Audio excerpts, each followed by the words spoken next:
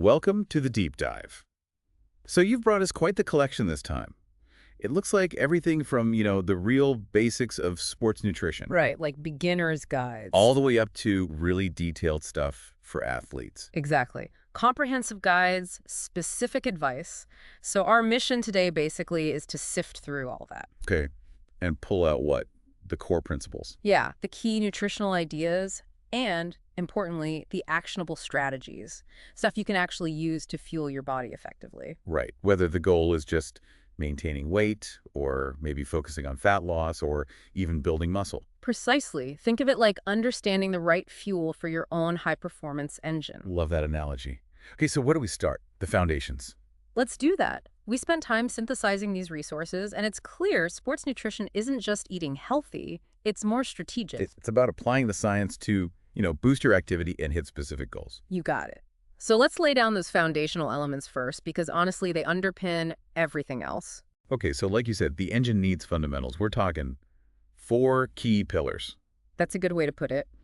First, calories, the actual energy currency. Total energy in. Right. Then macronutrients. That's your protein, carbs, and fats. The power trio. The fuel types and building blocks. Got it. Third, micronutrients, vitamins, and minerals. The essential helpers. Okay. And the last one? Can't forget hydration. Absolutely crucial. Right. Okay, let's break those down. Calories first. Yep. Calories, think of it as the overall fuel quantity. It's that balance. Calories consumed versus calories burned. That dictates weight changes. Simple concept, but maybe not always simple to calculate. Some sources had easy formulas. They did. Some offered quick estimates like body weight times 15 for men, maybe 13 for women, plus adding exercise calories. Okay, starting point. Definitely just a starting point. The more detailed guides got into basal metabolic rate calculations using formulas like Harris-Benedict or maybe Cunningham. And then adjusting for activity level. Exactly, multiplying by an activity factor. But it's worth saying, even those formulas are estimates. Individual metabolisms can, vary quite a bit. Good point. So calories are the total amount. What about the types of fuel? Macronutrients. Right, the power trio. Protein, carbs, and fats. Let's start with protein. The builder and repairer. That's the one. Crucial for tissues, not just muscle, but organs, enzymes, hormones too. Lots of sources really emphasize this. And where do we get it? Lean meats, fish, eggs? All those. Plus dairy, beans, lentils, tofu, nuts. The real structural components for the body. Okay. Next up, carbohydrates. Carbs. These are your body's primary energy source, especially for high-intensity stuff, and interestingly, brain function, too. So high-octane fuel. Pretty much. Your body breaks them down into glucose for immediate energy, or stores it. As glycogen, right, in muscles and liver. Exactly. And the sources really highlighted prioritizing complex carbs, whole grains, fruits, vegetables. They give you that sustained energy release. Plus other nutrients. And that stored glycogen is what powers longer workouts. That's right. It's your readily available fuel tank for demanding sessions. Okay, protein, carbs. What about fats? They get a bad rap sometimes. They do, but they're absolutely vital. Think energy storage, hormone production, cell function, even helping absorb certain vitamins. Like lubricants for the engine, keeping things running smoothly. Nice analogy. And the focus should definitely be on healthy fats. Things like olive oil, avocados, nuts, seeds, fatty fish. And some sources mention hormones, like testosterone. Yeah, some of the more in-depth ones pointed that out. Fats play a role in producing hormones essential for things like muscle growth, so definitely don't avoid them. Good to know. Okay, that's macros. What about micros? Yeah. Vitamins and minerals. Right, micronutrients. These are like the essential smaller parts. They ensure everything functions correctly. Think energy production, immune function, bone health. All critical stuff. Do most people get enough from diet? Generally, a well-rounded diet covers it. But the resources aimed at athletes often flagged potential needs, especially for women. Like iron and calcium. Exactly. Deficiencies there can really mess with your energy levels and how well you recover. Okay. And the final pillar, hydration. Ah, yes. The lifeblood, as you called it earlier. Water's fundamental for, well, pretty much everything. Temperature regulation, nutrient transport, waste removal. The coolant in our engine and The perfect. And even slight dehydration can seriously hurt performance. So consistent water intake, non-negotiable. Especially when you're active. What about sports drinks? Good question. For longer, really sweaty sessions, some sources recommended electrolyte drinks. They help replace salts lost through sweat. Okay, so these four pillars, calories, macros, micros, hydration, they all work together. Totally interconnected. Several sources really underscored this. They aren't isolated things. They combine to support your fitness journey, whatever your goal is. Right. Okay, foundation's covered. Makes sense. Now, how do we apply this? Let's start with weight maintenance. Sounds simple, balance in, balance out, but how do active people nail that nutritionally? Exactly. Maintaining weight is like finding that sweet spot, that cruising speed. Nutritionally, it's about achieving that equilibrium. Calories in match calories out consistently. And we touched on estimating those maintenance calories, but it's personal, right? Needs fine-tuning. Absolutely individual. Those formulas give you a ballpark, but you need to adjust based on your own body and activity. Okay. And what about the macros for maintenance? Is there suggested breakdown? A common range we saw across the resources for active folks was around, say, 60–70% carbs, maybe 15–20% protein, and 15–20% fats. But not set in stone. Definitely not rigid. Some specialized guides pointed out, quite rightly, that you adjust based on activity type. An endurance runner might need more carbs. While someone focused on strength might nudge the protein up a bit. Precisely. It's about tailoring it. Makes sense. And micronutrients for maintenance. Just eat varied. Pretty much. A diverse diet rich in fruits, veggies, whole foods is key. But again, athletes, especially women, might need to keep an eye on vitamin D, calcium, and iron levels. And hydration is just keep drinking water. Consistently throughout the day, yeah. Athlete-focused guides often suggested higher amounts, maybe around 80–96 ounces daily. Wow, that's quite a bit. It is. And a neat trick mentioned was monitoring weight before and after workouts. You lose a pound, aim to replace about 16 ounces of fluid, gives you an idea of your personal needs. Smart. Okay, so practically speaking, what should meals look like for maintenance? The consensus was clear. Prioritize whole, unprocessed foods. Lean proteins, complex carbs, healthy fats, make those your foundation. And limit the processed stuff. Right. Timing-wise, a regular pattern helps. 3 main meals around the same times, maybe snacks if needed. Avoid skipping meals, that was a recurring theme. And timing around workouts. Yeah, focus on easily digestible carbs and some protein for those pre- and post-exercise slots. Okay, and how often? 3 meals, couple of snacks. That's a good starting point. 3 mains, maybe 1 or 2 snacks. But honestly, the best pattern is the one that fits your life and lets you meet your needs consistently. That was emphasized quite a bit. Got it. Any examples jump out? Oh yeah, lots, like oatmeal with fruit and nuts for breakfast, maybe a salad with grilled chicken for lunch, baked salmon with roasted veggies for dinner. And snacks like fruit and nut butter, almond. Oh, exactly. Greek yogurt, whole grain crackers with cheese, simple whole foods. Okay. Now, what about adjusting for training? If you have a really hard or long workout day, need more fuel, presumably. Absolutely. On those tougher days, especially endurance stuff, carb needs shoot up. Some sources said up to 70% of daily calories. Wow. Yeah. And a slight bump in protein can help recovery too. For really long events, you might even do carb loading. Right, eating more carbs for a day or two before. Exactly. 24–48 hours prior to max out those glycogen stores. And on rest days, less fuel needed. Generally, yeah. Lower calorie needs, especially from carbs. The key really is listening to your body. Hunger cues, fullness cues. And tracking progress seems important to stay on course. Definitely. Regular weigh-ins, same time of day preferably, give you a baseline, but also pay attention to how you feel. Energy levels, workout performance. Exactly. Overall well-being. A food journal or tracking app can be super insightful too. If weight drifts or energy slumps, it's a signal to adjust intake. Okay. Now, myths. There must be myths about maintenance. Like, do you need to drastically cut calories? That's a common one, yeah. But the sources generally warned against it. Sustainable balance is the goal. Extreme cuts lead to deficiencies, maybe muscle loss. What about low carb for everyone? Another myth. Carbs are primary fuel for many exercises. Restricting them too much can seriously hinder performance, especially endurance. And skipping meals, does that help? Most sources said no. It often backfires, leads to getting overly hungry later and making less healthy choices. So the science-backed approach is basically balanced diet, enough calories for your activity, good mix of macros, whole foods, consistent routine, and listen to your body. You nailed it. That's the core for maintenance. All right, let's shift gears. Fat loss. This is where things get specific. Yeah. Creating that calorie deficit is key. Right, exactly. Fat loss requires consistently burning more calories than you take in. Typically aiming for a deficit of around 300 to 500 calories per day. How do you figure that out? Subtract from maintenance? That's one way. Or some guides suggested aiming for maybe 12 to 13 calories per pound of body weight as a starting point. But the key is not too big a deficit. Crucial point. Avoid going much beyond 500 calories down. Larger deficits can be counterproductive. You risk losing muscle, slowing your metabolism. It's about sustainable loss. Okay, and macros for fat loss.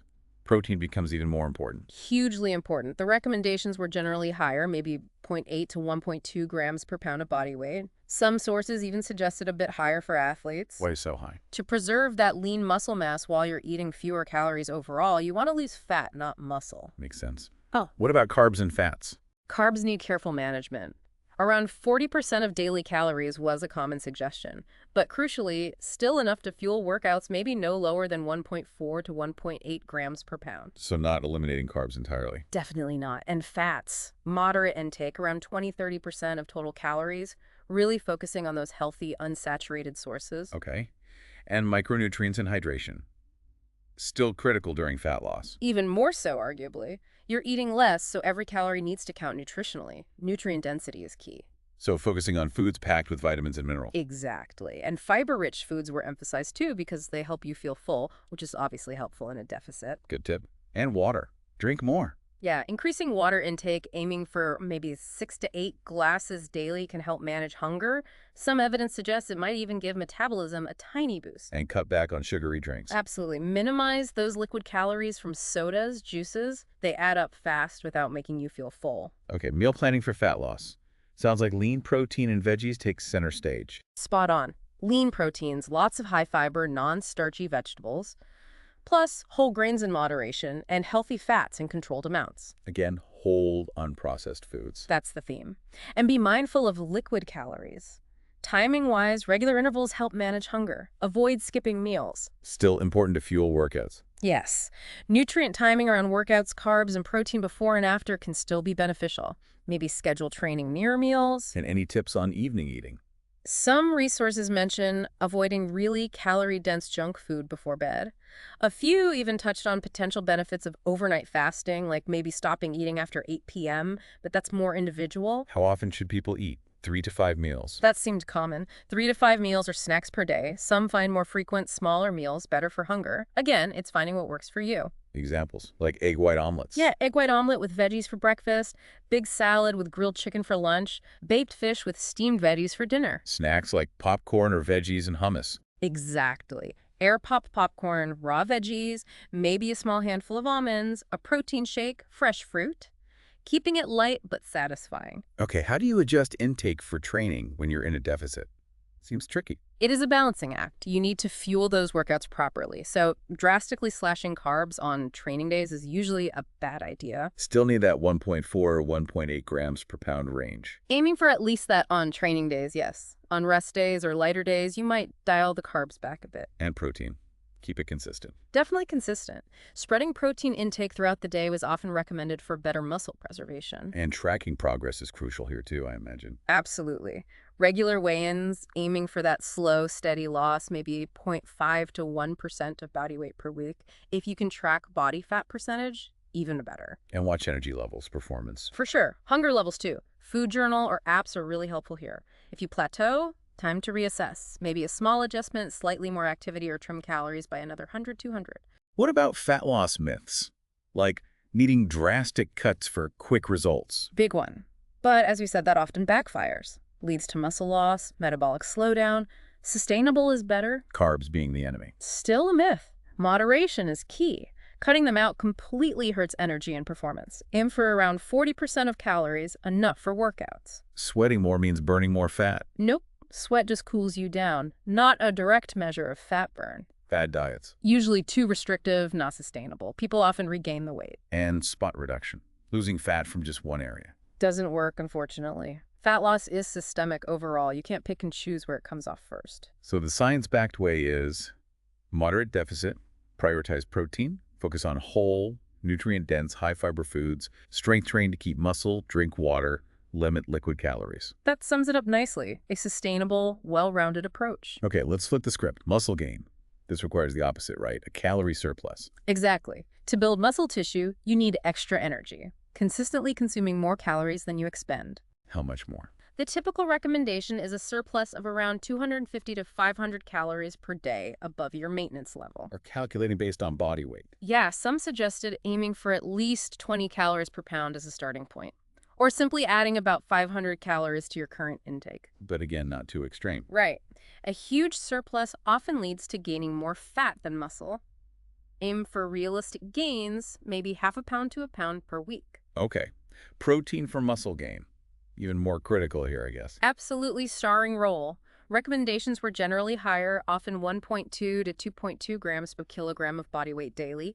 Some even suggested at least 1 gram per pound. Then spread it out. Yes, distributing it evenly, maybe 20-30 grams per meal, seems best for maximizing muscle protein synthesis, the building process. What about carbs for muscle gain? Still important. Absolutely crucial. Don't make the mistake of cutting carbs low when trying to build muscle. You need that energy for intense training. So what percentage? Aim for a good chunk of your calories from carbs, maybe 45–65%. Strategically using simple carbs around workouts before and after can be really helpful too. Fueling and refilling glycogen. And healthy fats Yeah. still play a role. Yep. They support hormone production, including testosterone, which is key for growth. Aim for maybe 25–35% of your daily calories from healthy fat sources. So a muscle-building meal plan. What's central? Lots of protein sources. Definitely. Staples like eggs, Greek yogurt, chicken, salmon, lean beef, tofu, edamame. Paired with complex carbs. Exactly. Things like oatmeal, quinoa, brown rice, whole grain breads and pastas, starchy veggies like sweet potatoes. And healthy fats. Right. Almonds, nuts, seeds, avocado, olive oil, always emphasizing whole, nutrient-dense foods. And timing matters here too. Protein and carbs around workouts. Very important. Fueling before, refueling after, and eating frequently often helps. Maybe a meal or snack every 3–4 hours. Could be around 6 smaller meals a day for some. Don't skip breakfast. Good idea to start the day strong with protein. So frequency could be 3 main meals and 2 snacks. Or maybe 5–6 smaller meals. Yeah, finding what works. Examples we saw included oatmeal with added protein powder, scrambled eggs with whole wheat toast and peanut butter, chicken with brown rice, salmon with sweet potato. Snacks like protein shakes, Greek yogurt with granola and nuts. Exactly. Cottage cheese, granola bars with whole grains and nuts. Focusing on getting enough calories and protein consistently. How do you adjust intake for training when gaining? Increase carbs more on hard days. Likely, yes. On intense strength training days, carb needs are high, maybe 5–8 grams per kilogram for strength athletes. Fuels the work, refills glycogen. Maybe bump protein slightly too. Could be beneficial, aiming for that higher end, maybe 1.7–2.2 gigakilogram. On rest days, consistent protein is still key for recovery, but carb needs are lower. But maintain the overall surplus even on rest days. Crucial point. You need those extra calories for the building process to happen, even when you're not training. If you're not gaining, you likely need to gradually increase overall calories. And tracking progress for muscle gain. Weight is one thing. Right. Aim for that 0.51 pound gain per week, hopefully mostly lean mass. Right. But also track strength gains in the gym. That's a great indicator. Maybe take measurements. Good idea. Measuring muscle groups periodically. Also monitor energy and recovery. Tracking apps are useful for hitting calorie and protein targets. And if progress stalls. Usually means you need to increase overall calories. Ensuring you're hitting those protein goals like 1 gram per pound of lean mass is a common target, and getting enough carbs. Okay, muscle gain myths. Do you need tons of protein? That's a classic one. Your body can only use so much. Excess protein doesn't magically build more muscle faster. It might just get stored as fat. Stick to that 1.2–10.2 gigakilogram range. Benefits seem to plateau beyond that. Carbs make you fat and hinder muscle gain. Another myth. They're vital for energy and recovery. Don't restrict them severely. Need supplements to build muscle. It's definitely possible with just a well-planned whole food diet. Supplements like creatine can help, sure, but they aren't essential. Focus on real food first. Need to suddenly eat way more calories. Gradual increase is better. Maybe adding 500 calories per day helps minimize fat gain alongside the muscle. So, science-backed approach. Moderate surplus, adequate protein, 1.2 to 2.2 gigagrams, sufficient carbs, especially around workouts, whole foods, consistent strength training, and don't forget sleep and stress management. Exactly. They all play a role in recovery and growth. Okay, this is great. We've covered maintenance, fat loss, muscle gain. What about fueling specifically for performance and recovery?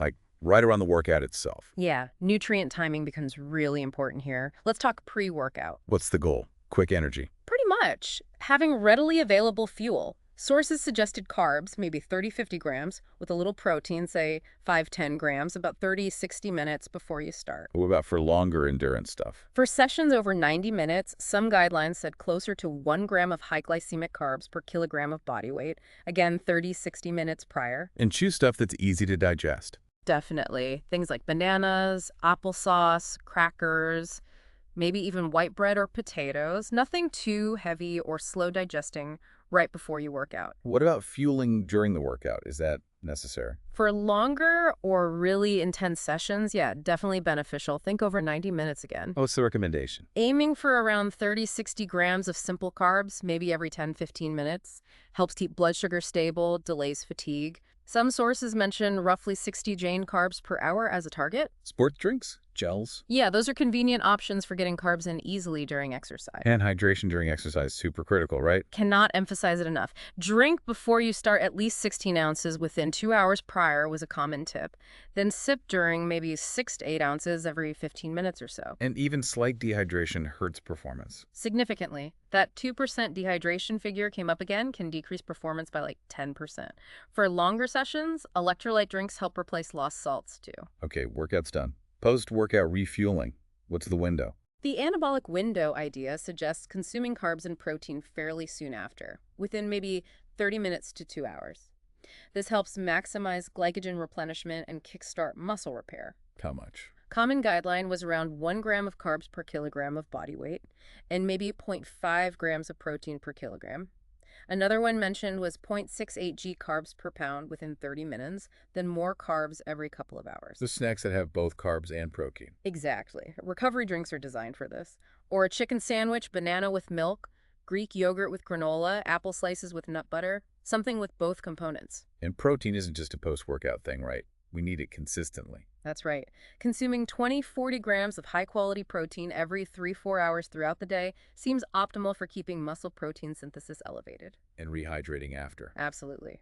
Replace those lost fluids before the next session. A guideline was about 1.25 to 1.5 liters of fluid for every kilogram of body weight lost during the workout. Weighing yourself before and after helps estimate this. So there was a framework mentioned, the 4 R's. Yes. A great way to remember recovery priorities. Rehydrate fluids, refuel carbs, repair protein and nutrients, and rest. And rest includes quality sleep. That's when a lot of adaptation happens. Makes sense. Okay, one more area to touch on. Do nutritional needs differ significantly between men and women who are active? Good question. The fundamental principles are the same for everyone, but yes, there are some physiological differences that can influence specific needs. Like calories and protein. Men generally need more. Generally, yes. Men tend to have more muscle mass, higher metabolic rates, so often need more total calories and protein. One source mentioned women might burn slightly fewer calories during the same exercise bout. But it's very individual. Hugely individual. Depends on body comp, activity level, specific goals. While men might generally need more protein, the per kilogram recommendations for women are often in a similar range, maybe slightly lower in some endurance cases. What about micronutrients? Any key differences? Iron is the big one. Women, particularly premenopause, need significantly more iron than men due to menstrual losses. That 18 milligrams daily versus 8 milligram is a major difference. But calcium and vitamin D are important for both. Yes, crucial for bone health for everyone. Calcium needs are similar, around 1,000 milligrams daily for adults 1950, bumping up slightly over 50, but the iron difference is key. And body composition, hormones, how do they factor in?